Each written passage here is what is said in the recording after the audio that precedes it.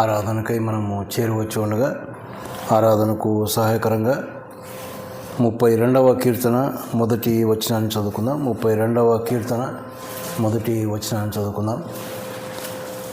తన అతిక్రమములకు పరిహారం నొందినవాడు, తన పాపమునకు ప్రాయశ్చిత్తము నొందినవాడు ధన్యుడు. తర్వాత 5వ వచనాన్ని చదువుకుందాం. నా దోషమును కప్పుకొనక నీ ఎదుట నా పాపము ఒప్పుకొంటిని, యెహోవా సన్నిధిని నా అతిక్రమములు ఒప్పుకొందుననుకొంటిని, నీవు నా పాప దోషమును పరిహరించి ఉన్నావు. ప్రియమైన వాళ్ళారా, ఈ ప్రభు దినాన ఆయన ఆజ్ఞ మేరకు ఆయనను జ్ఞాపకం చేసుకొని, ఆయన శిలువ మరణాన్ని జ్ఞాపకం చేసుకొని ఆయనను ఆరాధించడానికి, ఆయనను పూజించడానికి మనం చేరువచ్చి ఉన్నాం. మరి చేరువచ్చిన మనము లేక చేరి రావడానికి గల కారణం ఏంటంటే, ఈ కీర్తనాకారులు అన్నట్టుగా మనము ధన్యులమయ్యాం గనుక ఆయనను ఆరాధించడానికి వచ్చాం.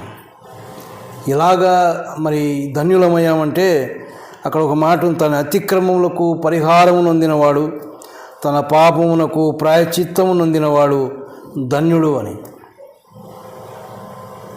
5వ వచనంలో కూడా మనం చదువుకున్నాం. అక్కడ నా దోషమును కప్పుకొనక నీ ఎదుట నా పాపమును ఒప్పుకొంటిని అని. ఎప్పుడైతే మన పాపములను మనం కప్పుకోకుండా ఆయన దగ్గరికి వచ్చి ఒప్పుకున్నామో అప్పుడు మన పాపములకు మరి ప్రాయశ్చిత్తం దొరికింది, మన అతిక్రమములకు పరిహారం దొరికింది. కాబట్టే మనం ధన్యులమయ్యాం. ధన్యులమైనటువంటి మనను ధన్యులుగా చేసినటువంటి ఆ ప్రభువును ఆరాధించడానికై మనం చేరువచ్చి ఉన్నాం. అయితే మరి మన అతిక్రమములకు పరిహారం మనకు దొరికింది, మన పాపములకు ప్రాయశ్చిత్తము దొరికింది, మనం ధన్యులమయ్యాం అని చెప్పుకుంటూ ఉన్నాం. కానీ అయితే ఆ యొక్క అతిక్రమములకు పరిహారం కలగాలి అంటే దానికి తగినటువంటి విలువ చెల్లించాలి. పాపానికి ప్రాయశ్చిత్తం కలగాలి అంటే దానికి సరిపోయినటువంటి వెల చెల్లించాలి. మరి ఆ వెల నేను చెల్లించలేదు. మనం చేసింది ఏంటంటే మన పాపాలను ఆయన దగ్గర ఒప్పుకున్నాం, అంతే. కప్పుకోకుండా ఒప్పుకున్నాం. ఆయన మన పాపాలను క్షమించాడు, కృపచేత మనం రక్షించబడ్డాం. కానీ ఆ యొక్క అతిక్రమములకు పరిహారం చెల్లించింది ఎవరు అంటే ఆయన తానే, మన ప్రభు అయినటువంటి యేసుక్రీస్తు. దానికి చెల్లించవలసినటువంటి వెల ఆయన చెల్లించాడు.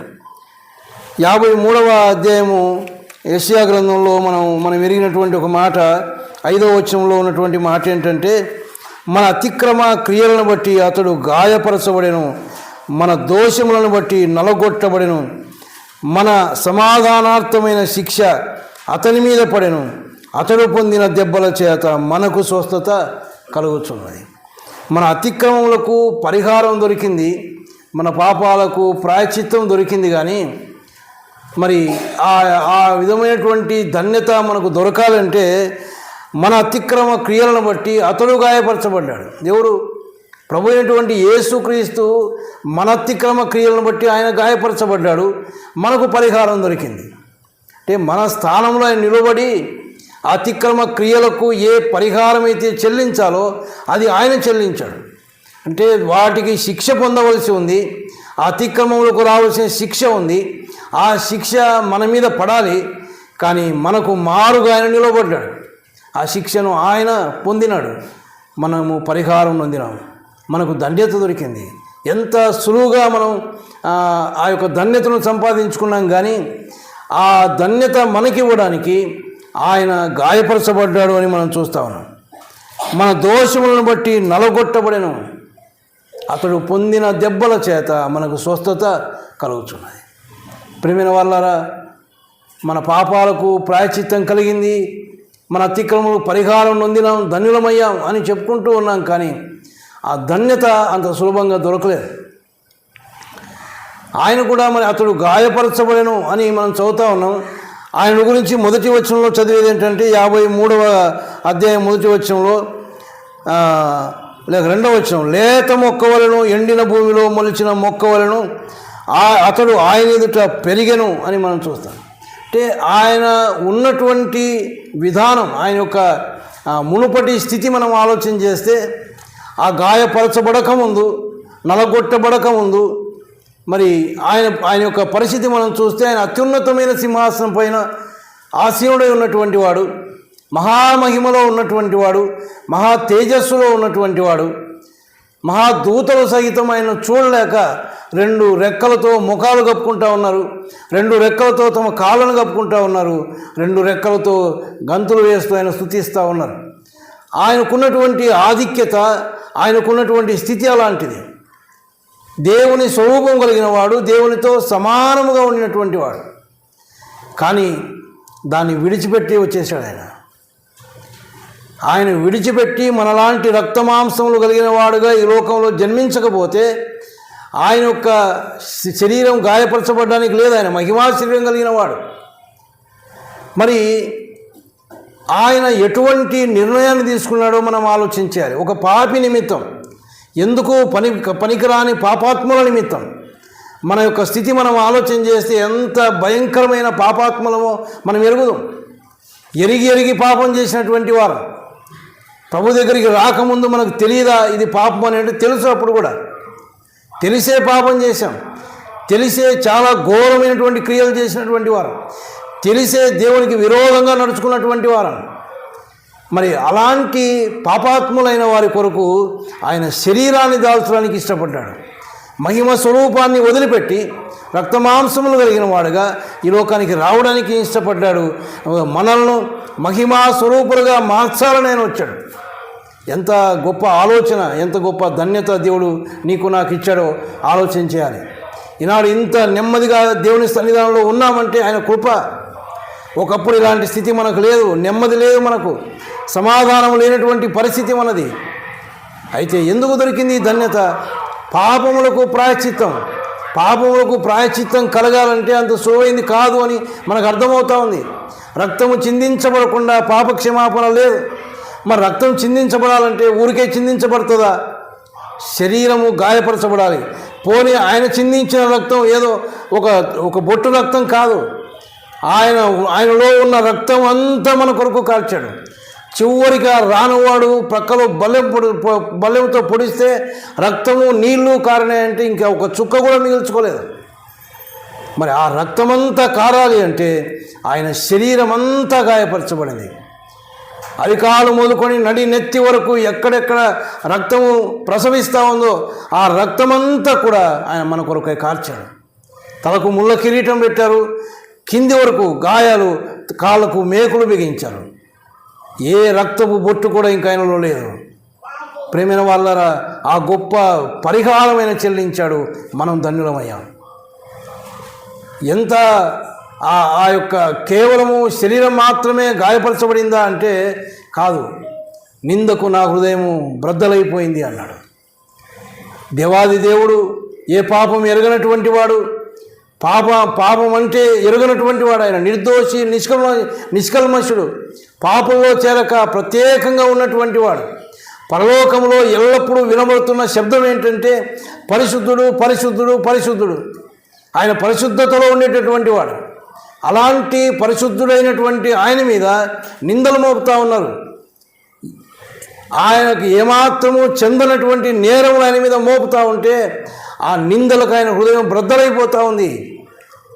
మనోవేదన అనుభవించినటువంటి వాడు ఆయన. కేవలము శరీరం గాయపరచబడ్డం కాదు, మనోవేదన అనుభవించాడు ఆయన. అయితే దానికి సిద్ధపడ్డాడు ఆయన మనం ధన్యులుగా చేయడానికి.